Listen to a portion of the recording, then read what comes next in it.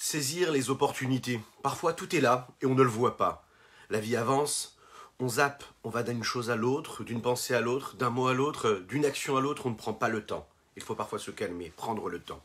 Yaakov Avinu, dans notre paracha, on nous le dit. Il dort, et là il rêve. Et pendant son rêve, il voit ces anges qui montent et qui descendent sur cette échelle-là. Elle est ancrée dans le sol et elle se dirige, elle est vers le haut, vers tout en haut. Quel est ce haut? Quel est ce bas? Nous en avons tous ce niveau qui nous dépasse et celui qui nous ancre dans le sol. Est-ce qu'on en est conscient? Il faut être conscient de ce qui nous arrive. Et saisir les opportunités, c'est voir qu'Akadosh Baruch Hu, que Dieu, parfois nous met tout devant les yeux. Et on a l'impression que tout se passe ailleurs. Tout est là. Va anochilo yadati. Yaakov avait nous dit, je me suis rendu compte que dans cet endroit où j'ai dormi, il y a Dieu. Mais en me réveillant, je prends conscience que qu'est-ce que ça veut dire que Dieu est là. Il va le remercier, il va prendre conscience. Et il va donc saisir cette opportunité. Boker Tov les Koulam, bonjour à toutes et à tous, je suis infiniment heureux de vous retrouver en cette magnifique matinée que Dieu nous offre sur la terre. J'espère que vous allez bien, j'espère que vous avez passé une bonne journée. Et puis aujourd'hui, là, on va démarrer notre Tania dans quelques instants, après ces quelques notes de Nigun. Et merci de me préciser, parce que j'avais reçu un message, si on me regarde en live là tout de suite, concernant un Leilou Nishmat. Alors pour Madame Cohen, est-ce que c'est aujourd'hui ou demain? Merci de me le préciser. N'hésitez pas, si vous êtes en live, à m'envoyer un petit message, enfin en tout cas dans les commentaires, afin que je puisse donner le nom. Et si c'est pour demain, me rappeler, hein, m'envoyer un petit WhatsApp pour me le préciser. Voilà, donc c'est demain, c'est parfait, c'est top, c'est parfait comme ça. Après ces quelques notes de Nigun, on démarre dans quelques instants. Ay ay da da dam, ay ay ay ay ay da da da dam, ay ay ay ay da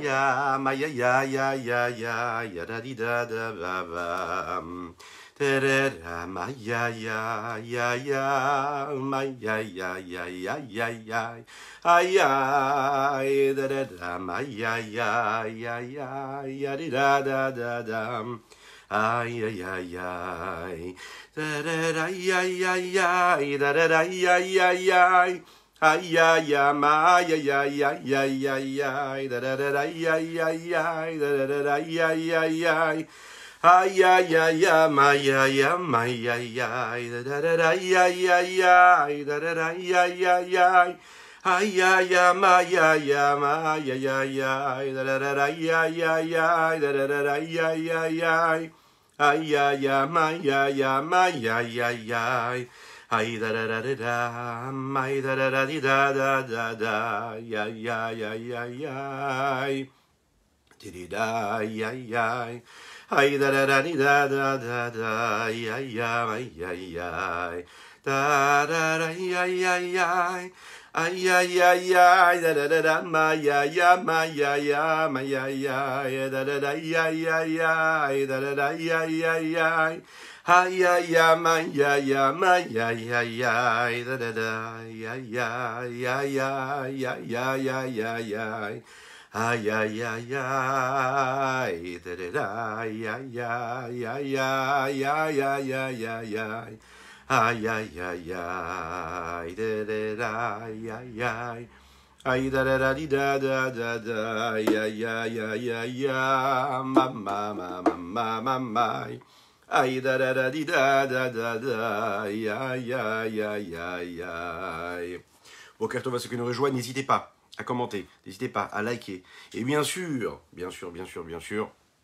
à suivre ce live, à le partager. Partager, c'est important. Alors nous parlons de cette présence, pardon, excusez-moi, cette présence d'Akadosh Baruch Hu, cette présence de Dieu ici-bas sur terre, à travers l'étude de la Torah, à travers cette tefila que nous prononçons tous les jours, et bien sûr, à travers les mitzvot. Quelle dimension de Dieu cela nous permet de révéler? Eh bien, on a vu hier, et c'est ce sujet que nous allons aborder, qu'à travers les mitzvot ma'asiyot, grâce aux actions concrètes, on est capable d'engendrer, de faire quelque chose qui est d'extraordinaire, qui dépasse tout ce que les études peuvent nous apporter. Qu'est-ce que ça veut dire? Ça veut dire que quand on fait une mitzvah et qu'on est au contact d'un objet, qu'on est au contact d'un objet qui est saint, c'est-à-dire qui a été purifié, sanctifié, parce que Dieu nous a demandé de l'utiliser pour faire une mitzvah avec, et on est en mesure de saisir Dieu, pas juste son existence, l'essence même de Dieu qu'il y a dans cette mitzvah-là. Pourquoi? Parce que quand il y a la volonté de Dieu dans tel ou tel objet, cet objet-là nous dépasse en réalité. Quand Dieu décide que le hétrog, cette chose-là que nous prenons, et c'est de la divinité, c'est l'essence même de Dieu, c'est l'expression même de son essence. Donc quand on prend le hétrog dans sa main, on saisit Dieu. Alors que quand on étudie la Torah, c'est beaucoup plus compliqué de saisir l'essence de Dieu, qui est la sagesse de Dieu. On saisit en réalité quoi? L'existence de Dieu, mais son essence, c'est beaucoup plus compliqué. Quand on fait une mitzvah concrète, quand on va prendre le hétrog, c'est la volonté de Dieu, et ça dépasse tout. La volonté, c'est l'expression même réellement de ce qu'il a initié avant de vouloir, quelque part, si on peut s'exprimer ainsi. Donc dans cette essence-là, il y a tout Dieu. Et quand on prend le hétrog dans la main, quand on prend le loulav, et qu'on accomplit la volonté d'Hachem, on saisit l'essence même. C'est un niveau qui est très très très élevé. Et là, le Rabbi Shlomo Zalman va nous dire, vous savez, quand on étudie les lois, les préceptes, toutes les recommandations de la Torah qui concernent telle ou telle mitzvah, tel ou tel objet que nous devons prendre, tel ou tel aliment qui va nous servir pour servir à Kadosh Baruch Hu, eh bien le fait d'étudier ces notions-là qui concernent l'acte concret, qui est l'essence même de Dieu qui est habillée dans cette mitzvah-là, ça nous permet de la saisir aussi dans l'étude. Alors que si on étudie une étude de Torah, tout à fait sainte, tout à fait pure, mais qui n'est pas dirigée vers l'accomplissement d'une mitzvah ou d'une autre, eh bien à ce moment-là, on a plus de mal, si on peut le dire de cette façon-là, à saisir l'essence même d'Akadosh Baruch Hu. Les chaim, les chaim, les chaim.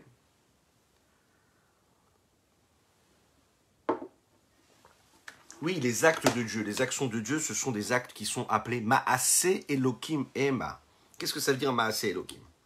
Maaseh Elokim, ça veut dire que Akadosh Baruch Hu, c'est pas Akadosh Baruch Hu, quand il nous a donné comme recommandation d'utiliser tel ou tel objet, tel ou tel acte physique matériel, il faut bien le comprendre, dans cet acte physique matériel, il n'y a pas le voile de Dieu.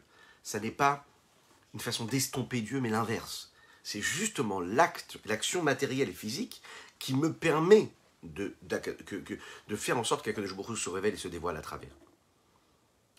Ce ne sont pas des actes concrets matériels dont la divinité se voile, comme il peut y avoir par exemple dans tout ce qu'il y a de matériel dans ce monde que nous côtoyons.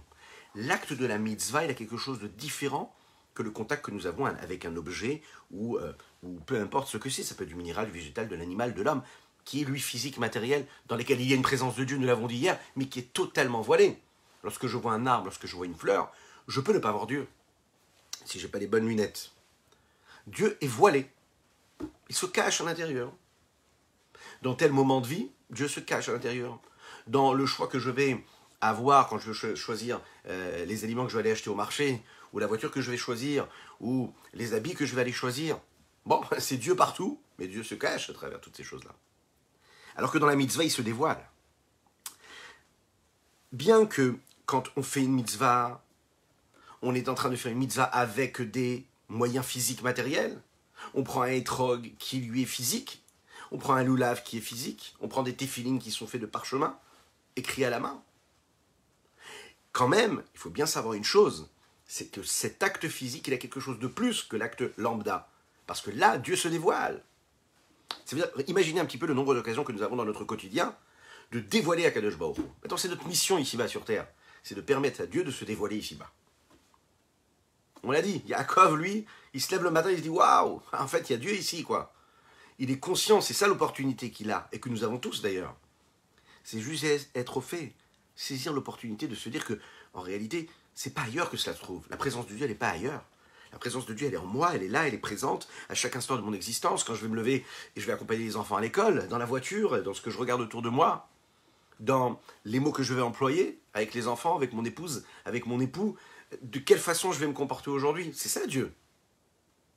Et ça, c'est la force de la mitzvah. La mitzvah, c'est la possibilité que nous avons de se connecter directement avec Dieu qui se dévoile dans l'acte. Chaim, Chaim. Alors, comment ça se fait qu'il y a ces deux dimensions-là? D'un côté, il y a un Dieu qui se voile dans les actes concrets et dans la matérialité du monde. Et d'un autre côté, c'est le même Dieu, mais là, qui lui va se dévoiler justement dans cette matérialité. Comment cela se passe? Alors, en fait, il y a un système que nous appelons l'ordre de l'enchaînement. C'est la divinité, ça veut dire le reflet, le dévoilement de Dieu, la lumière de Dieu qui descend, qui émane de Dieu, de son essence même, de l'infini, de sa béni soit-il, et qui va voyager à travers ce que nous appelons le Seder Ishtalshelut, l'ordre de l'enchaînement. Qu'est-ce que c'est cet ordre d'enchaînement? Eh bien, c'est le passage et le voyage que va entreprendre cette lumière, ce reflet de lumière, d'Akadosh Baruch Hu, ici-bas sur terre. Et de la même manière que la lumière du soleil, s'il n'y avait pas tous les écrans, tous les UV, qui voilaient toutes ces membranes qu'il y a sur le soleil, qui empêchent cette lumière-là de nous brûler, et justement de nous servir, de nous éclairer, et que s'il n'y avait pas tout cela, ben ça brûlerait toute l'humanité, toute la planète. Et bien pour Akadosh Baruch Hu, c'est pareil. Cette lumière d'Akadosh Baruch Hu qui, elle, émane de son essence, de son infini, donc c'est infini, saint béni soit-il, pour qu'il puisse descendre et venir ici-bas dans notre vie de tous les jours, et nous apporter quelque chose, et de ne pas nous faire disparaître d'un coup, qu'est-ce qui se passe? Ben vous savez ce qui se passe. Et bien ça passe à travers ce Seder Ishtalshelut. Les 10 séphirotes, les 10 forces, les 10 réceptacles qui, elles, vont recevoir la présence de Dieu dans chaque monde. Dans le monde d'Atsilut, ensuite dans le monde de Bria, de Yetzira, de Asiya. C'est ce que nous développons tous les jours quasiment ensemble. Jusqu'à ce que ça arrive dans cette mitzvah, dans cet objet matériel. Bederech Ishtalshelut, Mikelim de Atsilut Libria, Yetzira, Asiya. Les réceptacles qui se trouvent dans Atsilut, eux, viennent et ils entrent dans le monde de Bria, Yetzira, Asiya.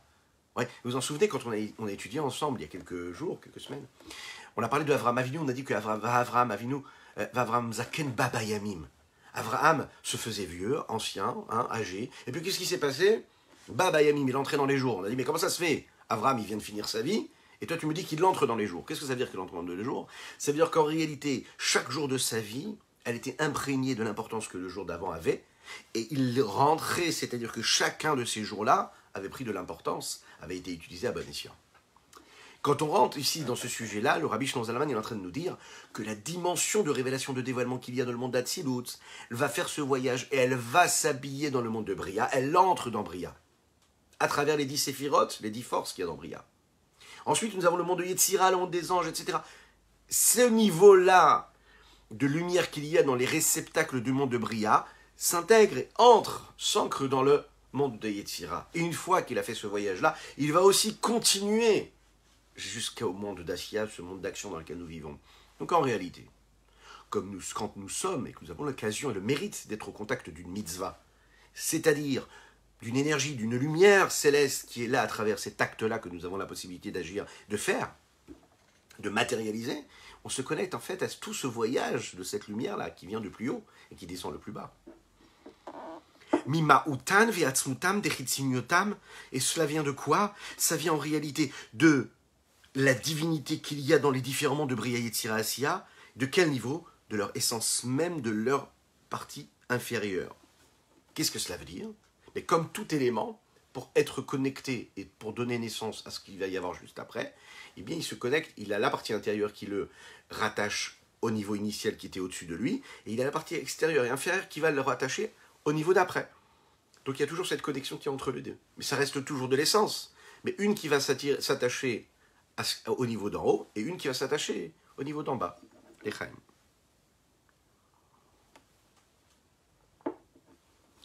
Par exemple, le hétrog et les autres espèces, c'est-à-dire le loulav, c'est-à-dire les hadassim, les haravot, tout cet assemblage-là qui fait que quand on prend et qu'on assemble chaque élément, chaque souhait d'Akadosh Baruch Hu ensemble, on est capable d'accomplir la mitzvah des Arba Minim. C'est-à-dire quoi l'Arba Minim? De prendre un loulav avec un hadas, avec une harava, avec le hétrog, de les mettre ensemble, de faire la bénédiction de Sukkot. Et c'est comme ça qu'on accomplit la mitzvah. À ce moment-là, qu'est-ce qu'il a fait Dieu dans ça? Ça peut nous paraître banal, prendre un hétrog qui coûte très très très cher, mais pas le prix du citron du doux, parce que c'est un hétrog. Bon, eh bien, qu'est-ce qu'on nous dit ici? On dit qu'Akadosh Baruch Hu, en fait, il a habillé dans cette mitzvah-là. Et dans chaque élément de cette mitzvah-là, il a habillé, il a intégré sa propre volonté et le miracle même de cette lumière-là.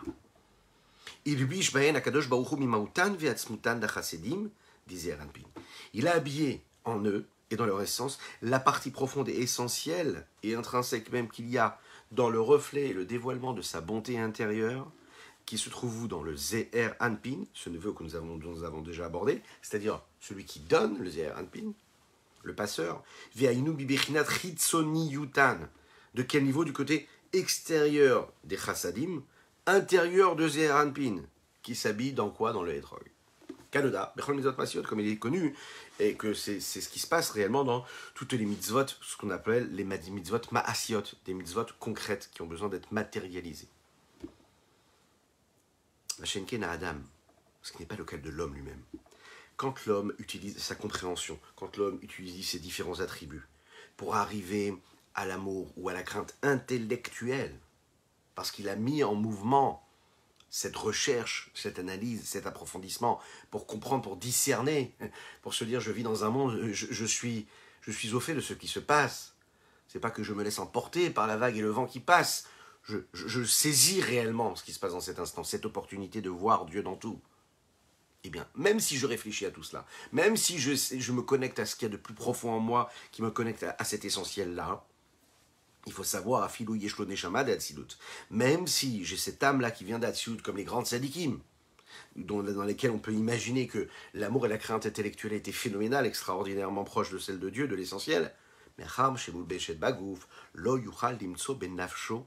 Écoutez bien ça, la neshama, même si c'est une neshama qui vient en provenance du monde d'Atsilut, qui est le monde le plus élevé, puisqu'elle est dans ce corps-là, elle est habillée dans un corps étroit, dans un corps matériel physique, eh bien on ne pourra pas trouver dans cette âme-là, il ne pourra pas trouver même la possibilité ou l'asik de saisir dans son intellect ma'utan ve'atzmutan. On ne pourra pas saisir l'essentiel et ce qui est réellement chez le pnimit achasedim dizeran pin d'Atsilut, la partie profonde de la bonté qui vient de ce partage de ce don qui vient de Zeher Anpin qui se trouve dans le monde d'Atsilut. Pourquoi? Ki ha'atzilut ibechinat chaya bichlalut haolamot atzilut bria yetzira. Parce qu'il faut savoir que dans chaque monde, il y a 4 niveaux. Les 4 niveaux qu'il y a dans chaque monde, c'est Nefesh, Ruach, Neshama, Chaya. Comme ce que nous avons dans notre Neshama, il y a différents niveaux. Et ces 4 niveaux-là, ils sont présents dans chacun des mondes. Nefesh, Ruach, Neshama, Chaya, qui aussi parfois nous amène à Yechida, mais là on n'en parle pas, donc Chaya c'est aussi le Yechida, parfois ça peut être expliqué comme ça. Il y a différents aspects, différents niveaux de reflets de notre âme. Notre âme, elle va s'exprimer parfois dans le niveau de Nefesh, parfois elle va être appelée Chaya, ça dépend qu'est-ce qu'on laisse transparaître de notre âme, de quelle façon elle s'exprime, qu'est-ce qu'on a ouvert comme case quelque part. Par exemple, quand un homme donne sa vie complètement, eh bien, c'est le Yechida chez Benefesh, c'est-à-dire c'est le point essentiel qu'il y a, le culminant qu'il y a tout au fond de son âme, et qui dépasse même tout entendement, tout raisonnement, toute envie, tout désir, rien du tout. Ça passe outre tout. C'est quand un juif il est capable de donner sa vie pour Dieu, quand on lui dit renie chas v'shalom ta religion et qu'il va se donner pour Dieu, ou bien qui d'un coup va aimer Dieu sans savoir pourquoi. C'est parce qu'il y a quelque chose qui se réveille en lui, qui ne dépend pas de sa réflexion, qui ne dépend pas de sa décision, qui ne dépend pas de son envie, de ses émotions, rien du tout. Quelque chose qui est plus fort que tout. Dans le monde d'Atsilut, dans le monde de Bria et de Yessia, il y a aussi ces 4 niveaux-là des âmes, de l'âme. Il y a Nefesh, il y a Ruach, il y a Neshama, il y a Chaya. De manière globale, les 4 mondes correspondent à ces 4 niveaux d'âme. Ruach, Neshama, Chaya. Pourquoi? Parce qu'on sait que Asiya, c'est le Nefesh. Donc on commence par le haut et on redescend par le bas. Yetzira, ça va être quoi? Ça va être Ruach. Neshama, c'est Bria. Et puis le monde d'Atsilut, lui, c'est quoi? C'est Chaya. C'est ce qu'on répond. Pourquoi Chaya? Parce qu'en fait, c'est le point le plus essentiel qui va vers l'infini, quoi. Donc, puisque dans le monde d'Atsilut, il y a la notion de Chaya, et que là, Nefesh Lam, qui se révèle dans le monde d'Atsilut, c'est une âme, c'est un reflet, un niveau de Chaya qui se dévoile. Shei Bechinat Makif Milmala, parce que dans ce niveau-là, de Atsilut, il y a ce qu'on appelle une force qui englobe, qui entoure d'en haut. Et puisque ça entoure d'en haut, ça veut dire que ça dépasse les contraintes et les différentes appréciations et les différentes vertus que l'âme pourrait avoir, et les différences de sa, entre guillemets, personnalité, c'est au-dessus même de ce qu'elle est elle-même, c'est ce qui dépasse. Donc puisque ça se connecte avec ce qui dépasse, ça veut dire que ça se connecte avec l'infini. Et par définition ici, dans le monde d'Atsilut, il y a cette connexion avec ce qui est au-dessus. Vena mitla beshet bekeliklal. Elle ne s'habille pas dans le réceptacle lui-même. Puisqu'elle ne s'habille pas, ça veut dire qu'elle garde sa superbe, elle garde ce qu'elle a de grand, d'infini. Parce que si elle s'habillait dans le réceptacle, elle épouserait les formes du réceptacle et donc de ses limites. Et donc ce ne serait pas pareil.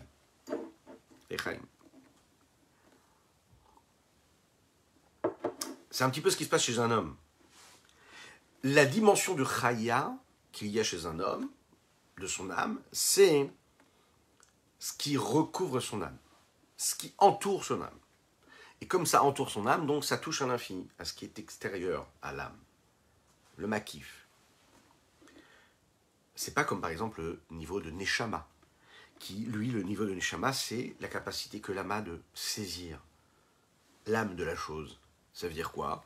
C'est-à-dire quand on réussit à saisir et à comprendre quelque chose, à ressentir quelque chose.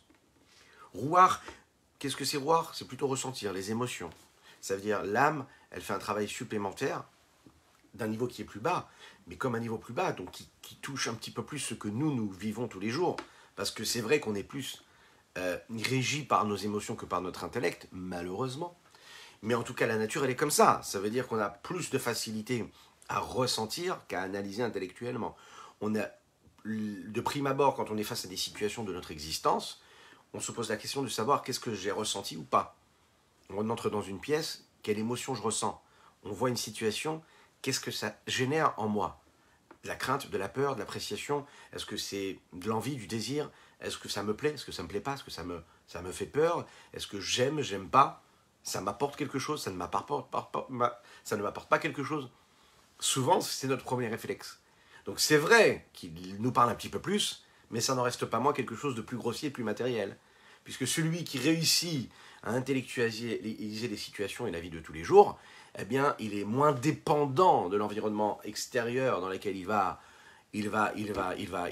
progresser pendant son existence, et du coup, il a plus de chances d'aseptiser un petit peu d'un côté, mais de l'autre côté, de voir les choses avec froideur. Et s'il voit les choses avec froideur, et les événements avec froideur, eh bien, il a un temps d'avance. Ça veut dire que quand il est face à une situation qui aurait pu le mettre en colère, comme il est dans le cérébral, alors il ne se laisse pas emporter par la situation. C'est déjà comment il peut répondre ou pas. Quand il est dans le cérébral, partie cérébrale et froideur de l'esprit, eh bien il a un temps d'avance parce qu'il y a une pulsion qui se présente. Bon, très bien, c'est un événement qui pourrait me plaire et qui pourrait me laisser tomber et me laisser tenter. Non, mais j'ai mon intellect, donc je réfléchis à la situation. Voilà, et ça, c'est être un homme, c'est apprendre à toujours faire passer des informations par le sas de refroidissement, hein, qui est notre cerveau, notre tête. Et c'est un travail de tous les jours, on est d'accord, faut être honnête, hein, et c'est ce que Dieu nous demande. Mais quoi qu'il en soit, on voit ici que plus cela va descendre dans les niveaux, partie cérébrale jusqu'à la partie émotionnelle, et puis qu'est-ce qui va se passer? Il va se passer que ça révèle une partie de notre âme qui, elle, va correspondre à ce niveau inférieur. En l'occurrence ici, quand on va être dans les midot, c'est-à-dire dans les différents attributs, les différentes vertus que nous pouvons avoir, ce sera donc le reflet du rouar. Okay, ils ont à ce moment-là une place, toutes ces dimensions de l'âme, elles ont une place dans le corps. Le corps, c'est le réceptacle global de toutes ces dimensions que l'âme peut avoir. Mais le niveau de Chaya de l'âme, Chaya, le dernier, le plus élevé en réalité, lui n'a pas où se poser, parce que lui, c'est le makif, c'est celui qui englobe, qui est au-dessus de tout. Donc, de la même manière que dans les mondes, c'est comme ça, eh bien, il faut savoir que dans l'âme aussi, c'est comme ça. Et comme dans l'âme, c'est comme ça, dans les mondes, c'est comme ça. Ça veut dire que Chaya, qui lui est le monde d'Atsilut, c'est un niveau de makif qui englobe, qui est entoure, et qui ne s'habille dans nulle part. Donc, en réalité, puisqu'il ne s'habille nulle part, eh bien, on n'a pas de quoi le saisir, puisque ce niveau-là ne se pose pas quelque part. Si ça ne se pose pas quelque part, je ne peux pas en profiter. Ok ? Ici-bas, surtout, on peut profiter de la lumière du soleil, parce que le soleil s'adapte au réceptacle. Qu'on le veuille ou non, c'est comme ça. La lumière qu'il y a qui s'oppose sur notre planète, c'est une lumière, une intensité qu'on peut supporter. Dès l'instant où le monde, la planète ne peut pas supporter, qu'est-ce qui se passe? Elle se désintègre. Donc ça veut dire que quelque part, l'intensité même du soleil, on n'en profite pas. Pourquoi? Parce que notre monde, notre réceptacle, ne peut pas le supporter. Autrement dit, tu peux avoir toutes les bonnes volontés de la Terre, du monde, tu peux avoir toutes les idées du monde, tu peux avoir tous les rêves, les ambitions passées ou à venir, si tu es capable de créer des réceptacles, créer un cadre pour les accueillir, pour les intégrer, alors à ce moment-là, tu peux vivre avec, tu vas les intérioriser et construire, bâtir et aller et approfondir. Si tu n'as pas de réceptacle, si tu n'as pas les moyens de visualiser, de conceptualiser, de matérialiser, ça restera dans le vent. Parce que, bien sûr que ça reste illimité, ça reste magnifique, hein. Il y a tous les possibles. Mais comme il y a tous les possibles, pourquoi est-ce qu'il y a tous les possibles? Parce que justement, ça dépend de l'infini. Ça dépend de... Il n'y a pas de cadre, donc j'ai pas de limite, donc je peux aller où je veux dans les idées. Quand je prends mon crayon de papier et que je le pose sur ma planche, et que là je commence à créer mon plan et à le façonner, à ce moment-là, il va falloir rentrer dans le cadre des limites. Okay, dans l'éducation des enfants, c'est pareil, dans le couple, c'est pareil. Quand on réussit à entrer dans le cadre, à comprendre que chacun il est conçu d'une manière différente, que chaque enfant il est différent, et qu'on réussit à s'adapter au réceptacle de chaque enfant, que le mari commence à comprendre au bout de quelques années de quelle façon le cerveau ou les émotions de sa femme sont conçues, ou l'inverse, la femme commence à comprendre qu'est-ce qui fait appel à quoi dans ses rapports avec son mari, dans les mots qu'elle va employer, dans les idées qu'elle va initier, dans les situations, dans les réflexes, eh bien, on apprend à faire quoi? À créer des réceptacles. C'est ça, en fait, qu'il faut comprendre. Et plus globalement, la vraie bénédiction, elle est là, comme dans les différents mondes, comme dans le couple ou l'éducation, dès l'instant où chacun reste dans son rôle, ça veut dire le mari, l'homme, il va être dans celui du donneur, dans Ze'eran Pino, celui qui passe, qui transmet, et l'épouse est dans celle qui reçoit, puisque la femme, c'est Malchut, c'est celle qui reçoit. Alors à ce moment-là, tout se passe bien. Pourquoi? Parce que chacun est dans son rôle. Chacun dans son rôle, parce que c'est comme ça que le monde a été créé. Le réceptacle, lui, reçoit ce qu'il doit recevoir, et donc après, il fait rejaillir quelque chose de beaucoup plus fort et beaucoup plus intense, parce qu'il a reçu comme il fallait, que celui qui a donné comme il fallait. Et c'est ce qui va se passer pour l'éducation aussi. Le message va passer parce qu'on a créé une condition, on a créé un réceptacle. Ton enfant, il rentre de l'école et tu l'invectives, tu n'as pas pris le temps de prendre conscience, de lui parler, de lui demander comment il allait. C'est plus compliqué de faire passer le message ensuite. Tu crées un réceptacle de confiance, d'amour, d'affection, d'harmonie. Le message, il va passer beaucoup plus facilement. L'Echaim, l'Echaim, l'Echaim.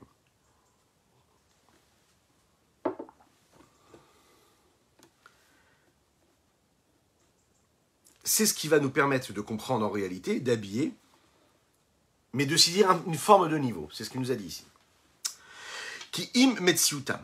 Ça veut dire que l'essence même dans le corps, je ne vais pas pouvoir la saisir. Par contre, je vais saisir l'existence même qu'il y a. À savoir, je sais ki im metsiutam, je sais, je comprends que je peux saisir cela. Comment? À l'idée des chilou rechimu sichlim, par la crainte et par l'amour intellectuel. Ouma, chez Katou, voilà qu'on voit que Moshe Rabbeinu, il a dit quoi? Vera ita et achorai.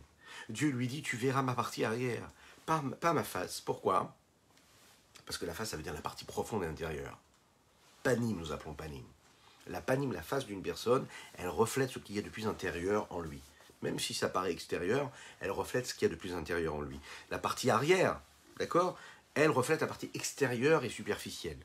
En effet, c'est ce qui se passe physiquement et spirituellement également, parce que ça en découle, d'un côté ou de l'autre. Verahita, qu'est-ce que ça veut dire? Ça veut dire que quand on voit quelque chose, on saisit l'essence. Tu es rentré quelque part, tu as vu quelque chose, tu as saisi l'instant, l'émotion, tu as saisi ce qui s'est passé. Tu as saisi l'essence. Comme on appelle ça, on dit, écoutez bien, on dit Hubederer nevua davka. C'est une forme de prophétie. C'est-à-dire que quand on dit que Moshe Rabbeinu a vu Akadosh Baruch Hu, Veraita et Tachorai, il a pu saisir ce que Dieu pouvait lui donner à travers la prophétie, la névoie. Pourquoi?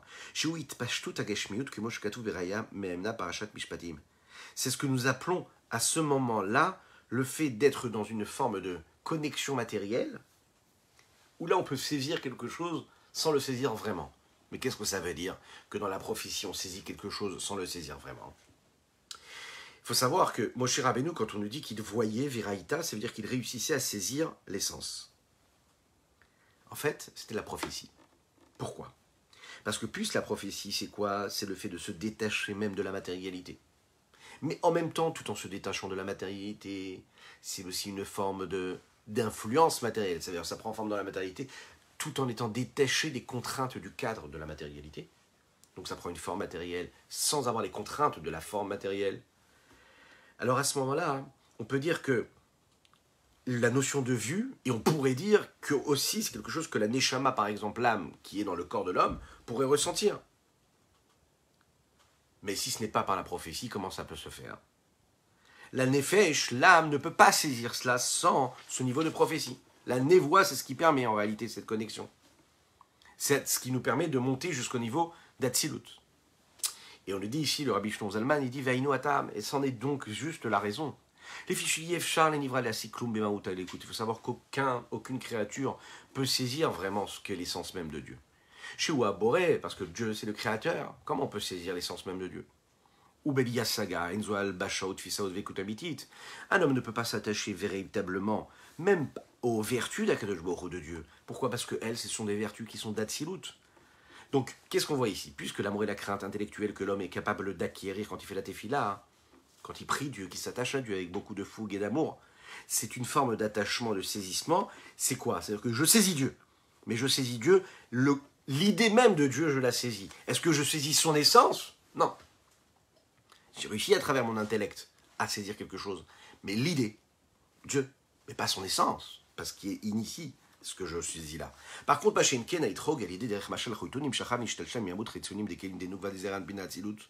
par contre, quand je prends un etrog dans ma main, quand je prends ces éléments-là avec lesquels je veux faire la mitzvah, qui en réalité ont une vitalité, qui elle a voyagé, elle est descendue d'un enchaînement qui provient de l'essence même de la partie extérieure de ces réceptacles, qui sont eux les réceptacles qui reçoivent. Nukva, nous l'avons dit, quand on reçoit ces Nukva, c'est la partie entre guillemets féminine qui reçoit celle que le côté de Chourine va donner, dans les termes kabbalistiques, qui sont quoi ici de Zeranpin, du donneur même, puisque dans le donneur même, il peut y avoir la dimension du donneur et du receveur.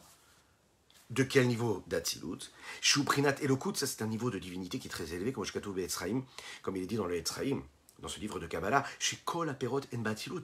C'est très technique. Le Etrog, c'est un fruit, et tous les fruits se trouvent dans le monde d'Atsilut.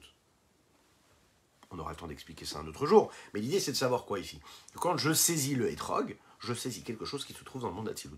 Donc je saisis un niveau de dévoilement que, en faisant la tefila, je ne suis pas capable d'initier, d'engendrer et de saisir.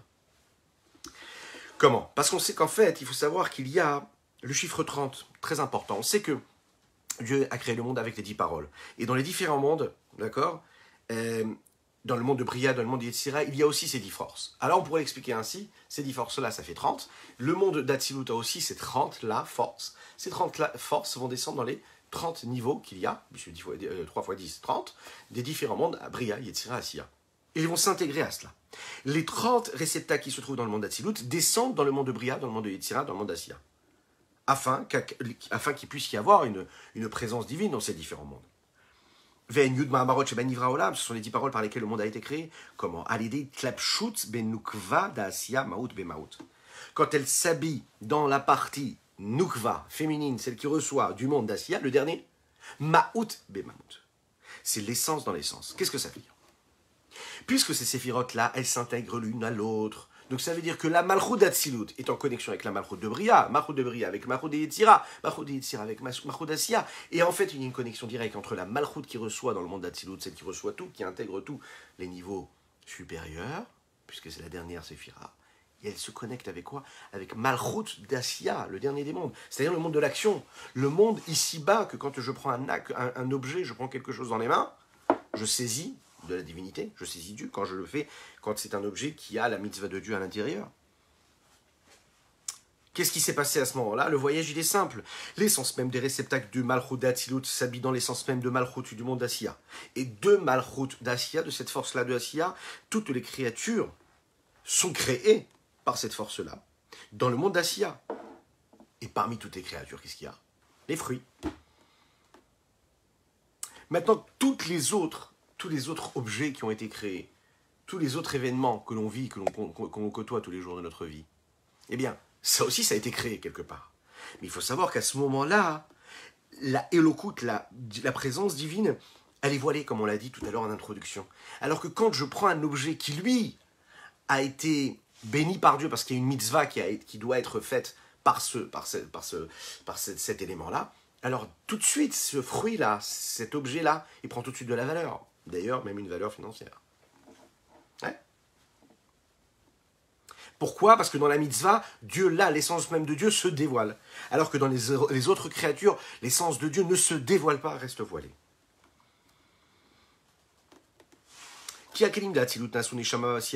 Parce que les réceptacles du monde d'Atsilut sont devenus l'âme. Quoi? Ben, l'âme qui se concrétise, qui se matérialise, parce que j'agis avec cet élément-là. Et comme j'agis avec cet élément-là, alors le niveau de l'âme du monde d'Asiya, c'est Bechinat Elokut Mamash, c'est vraiment un niveau de Dieu, d'émanation de Dieu, véritablement. Pourquoi? Parce que dans le monde d'Atsilut, les réceptacles et Dieu, c'est une seule chose. Hiyu vechayu c'est une seule chose. Dieu et sa chayout, c'est une seule chose. Dieu et sa vitalité, c'est une seule chose. Il n'y a pas une évolution, un changement, une altération. C'est une seule chose. Donc comme ça se passe comme ça dans la Tzilut, que I-ou, lui, c'est-à-dire la lumière de l'infini, ou Gramoi, et tous ces réceptacles sont quoi? Chad, sont appelés une seule chose. Ça veut dire que Hama'atzil, celui qui donne, celui qui diffuse, celui qui influence, le donneur, celui qui est tout en haut, la lumière de l'infini. Veraneetzal, et les réceptacles qui se trouvent dans le monde d'Atsilut, qui eux proviennent de quoi? Qui ont été générés par la lumière et de l'infini du Saint béni soit-il. C'est une seule chose.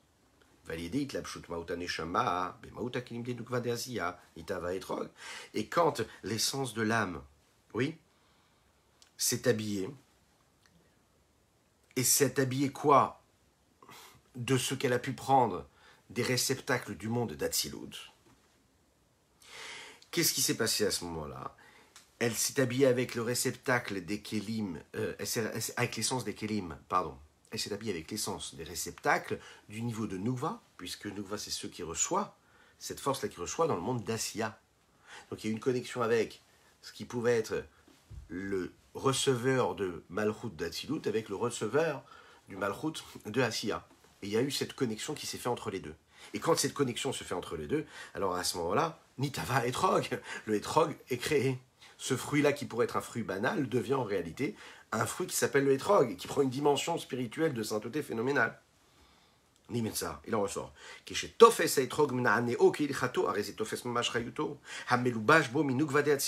C'est assez simple, oui. C'est mathématique.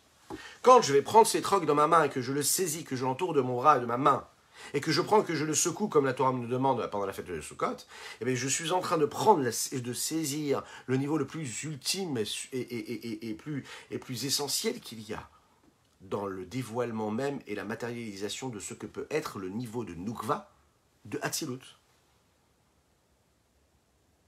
Donc, Malchut d'Hatzilut. Et là, c'est extraordinaire. Et comme dans le monde d'Hatzilut, c'est Akadosh Baruch Hu et ses réceptacles sont une seule chose, ce qui n'est pas le cas ici dans notre monde Anudasiya. Qu'il n'y a pas de voile, tout est dévoilé. Dieu et ses réceptacles sont une seule chose. Donc, puisque ici dans le Etrog, il y a ce qu'il y a dans Malchut de Hatzilut, donc je suis en train de saisir quoi? Le Ein Sof, l'infini. C'est la raison pour laquelle ici, on te dit que quand tu prends le Etrog et tu fais une mitzvah, c'est très très élevé, ça va dépasser même les mots que tu es capable de prononcer pendant ta tefila.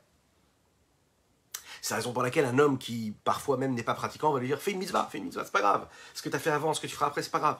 Maintenant fais une mitzvah. Au moment où tu fais la mitzvah, tu te saisis de cela, tu t'attaches à Dieu, tu t'attaches à l'infini. C'est la raison pour laquelle Maaseh Elokimema, il a commencé le Admorazak en le disant aujourd'hui, tout ce que Dieu fait dans les mitzvot, c'est quoi? C'est l'acte de Dieu, c'est un acte divin. Par contre, quand j'ai juste une kavana de la mitzvah, ou par exemple quand j'ai la kavana de la mitzvah du Etrog, Elomasik Vetofes, je ne suis pas en mesure de saisir réellement le niveau de Malchut du monde Hatzilut, qui est la racine et la source même du Etrog. Afayode Asod. Même celui qui connaît par exemple tous les secrets des kavanot, les kabbalistes, les mekoubalim, qui eux maîtrisent vraiment quels sont les kavanot, quels sont les calculs ésotériques qu'il faut faire lorsqu'on fait telle ou telle mitzvah, telle ou telle bracha, etc. Il faut savoir que tout ce qu'on pourra saisir, toute belle et saine et sainte puisse être notre kavana, notre direction de pensée, on ne pourra pas saisir l'essence même de Dieu, comme on peut la saisir quand on fait l'acte. C'est la raison pour laquelle un homme qui s'assoit et qui réfléchit, qui a des kavanotes, mais qui ne prend pas l'acte, qui ne fait pas la mitzvah concrètement, il saisit l'idée même de Dieu, mais il ne saisit pas l'essence de Dieu. Alors maintenant, une personne qui va quoi? Qui va s'asseoir et qui va étudier les lois qui concernent comment choisir un bon etrog. Comment choisir, comment faire la mitzvah bien. Alors qu'est-ce que c'est considéré comme quoi ça? Est-ce que c'est considéré comme quelqu'un qui a des kavanotes, des pensées, mais qui ne saisit pas l'essence de Dieu parce qu'il n'est pas en train d'agir? Ou bien est-ce que l'étude de la Torah qui concerne une mitzvah, comme par exemple la mitzvah du etrog, c'est considéré aussi comme saisir l'essence? Alors ici, il nous dit, c'est quelque chose de très particulier. Quand j'étudie les lois, Masik Vetofes Etrog Mamash, c'est comme si que j'avais le etrog dans les mains. Pourquoi? Parce que je suis en train de parler de la matérialité physique du etrog. Je ne suis pas en train de parler de la dimension spirituelle, ésotérique qu'il y a dans le etrog, Je suis en train de me demander comment je fais pour acheter un hétrog. Comment est-ce qu'il doit pousser? De quelle manière? Est-ce qu'il y a une tâche à ce niveau-là du hétrog? Est-ce qu'il est cachère? Quelles sont les conditions à la rip qui font que ce hétrog-là pourrait être un hétrog qui est cachère, qui est comme il faut? De quelle façon je dois le prendre dans ma main? De quelle façon je dois le secouer? Comment est-ce que je dois le poser? De quelle couleur il doit être? Toutes ces lois-là, elles concernent quoi? Pas les parties ésotériques de la mitzvah, la partie quoi? Dévoilée de la mitzvah qu'il y a dans quoi? Dans ce hétrog-là. Donc là, je peux aussi saisir l'essence même de Dieu. Ou mitzvato ka'alacha bifrina dibro machashava.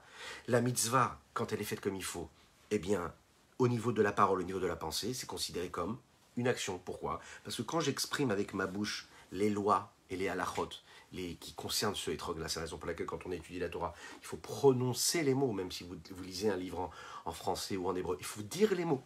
Le fait de dire akimat sefatav evemase, le fait de bouger les lèvres, c'est considéré comme une action, c'est considéré comme une mitzvah. Donc là, à ce moment-là, si je comprends dans ma pensée, grâce aux mots que j'ai exprimés, la loi et comment je dois faire, ben je saisis Dieu aussi. Et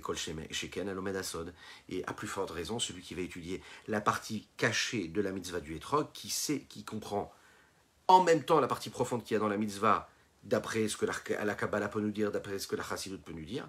Donc réussir à comprendre l'essence du hétrog, réussir à comprendre et à saisir, parce que je dis les mots de la halakha. Comprendre aussi la partie ésotérique, kabbalistique ou chassidotique qu'il y a dans une mitzvah, c'est la combinaison sine qua non pour me permettre d'atteindre le niveau, le sommet, le top du top de la mitzvah, de la façon avec laquelle je peux m'attacher à Dieu avec ça. Donc ici, on ne parle pas de sujets spirituels qui sont différents de ce que peut engendrer quelque chose de physique. Il y a une vraie connexion. Aval davka sodota mitzvah. Ça veut dire pas, ça doit être, attention, quand on apprend ici les parties cachées kabbalistiques, il précise ici Ben Morazaken, c'est pas la technicité et les calculs kabbalistiques qu'on est capable de faire sur chaque mitzvah, mais il précise. Ça n'est pas donc les secrets des différents niveaux spirituels qu'il y a dans le système de l'enchaînement, mais les secrets de la mitzvah elle-même, de celle-ci, ça veut dire l'objet matériel physique de la mitzvah. Il comprend l'essence. Et c'est pas moins important que connaître les lois qui concernent la mitzvah. Viendra bas au contraire. C'est encore même plus élevé que de prendre la technicité même de l'acte, comment faire la mitzvah du Mlulav ou du Etrog. Afshino Masigaraout, même s'il ne saisit pas l'essence de la concentration et de la direction de pensée spirituelle qu'il y a dans le secret de cette mitzvah-là, à savoir qu'est-ce que ça peut créer dans les différentes formes ésotériques et engendrer dans les différents mondes. Voilà ce qu'on pouvait dire sur notre Tanya du jour. Je vous souhaite une excellente journée, que Dieu vous bénisse, qu'il vous protège, qu'il inonde votre existence de bonté, de grâce et de miséricorde, et qu'Akadosh Baruch Hu nous ouvre les yeux et nous permette de saisir l'opportunité, celle qui se trouve en nous, partout, avec nous. Juste ouvrir les yeux. Dieu est avec nous, il faut juste le saisir. Comme dit Yaakov, Vanochi lo yadati, achen yesh Hashem bamakom hazeh. Dieu est là, Vanochi lo yadati, je ne l'ai pas su.